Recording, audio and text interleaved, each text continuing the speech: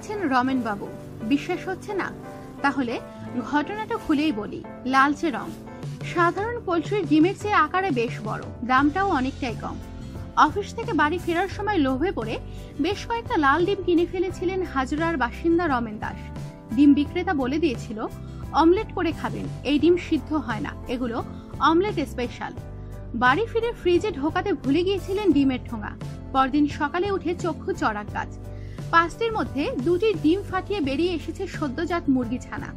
শীতকালে বাজারে ডিমের দাম অনেকটা বেড়ে গেলেও এই লাল রঙের ডিম খুব সস্তায় বিক্রি করেন কিছু ডিম ব্যবসায়ী। আর মূল্যবৃদ্ধির বাজারে সস্তার জিনিসের লোভটা ছাড়তে না পেরে রমেন বাবুর মতো মুরগি হয়েছেন অনেকেই। পোল্ট্রি বিশেষজ্ঞরা জানাচ্ছেন বাজারে 2 রকমের পোল্ট্রির ডিম পাওয়া যায়, সাদা ও লাল রঙের।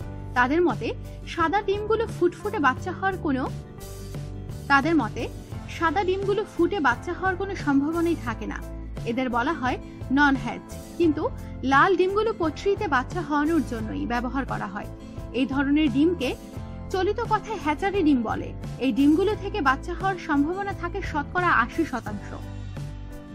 তারা জানাচ্ছেন 99.5 ডিগ্রি ফরেনহাইট ও 50% আর্দ্রতায় 21 দিন ধরে লাল ডিমগুলোকে ইনকিউবেটরে রাখা হয়। 21 দিন পর ডিমগুলো ফুটে বাচ্চা বেরোতে শুরু করে। পোল্ট্রি ব্যবসায়ীরা জানাচ্ছেন 18 থেকে 20 দিনের মাথায় বোঝা যায় কোন ডিমগুলো থেকে বাচ্চা হবে না। তখন সেই ডিমগুলোকে আলাদা করে দেয়া হয় আর এই ডিমগুলোই বিক্রির জন্য চলে আসে বাজারে। কিন্তু পোল্ট্রি বিশেষজ্ঞরা বলছেন 18 থেকে 20 দিন ইনকিউবেটরে রাখার ফলে এই ডিমগুলোতে অনেক সময় ভ্রূণ তৈরি হয়ে যায়। পাশাপাশি প্রচুর গরমে থাকার জন্য হ্যাচারির ডিমের কুসুম নষ্ট হয়ে যায়। তাই এই লাল ডিম সেদ্ধ বা পোচ করা যায় না। সাধারণ মানুষ বুঝতে না পেরে অনেক সময় এই ডিম কেনেন, যা শরীরের জন্য রীতিমতো ক্ষতিকারক।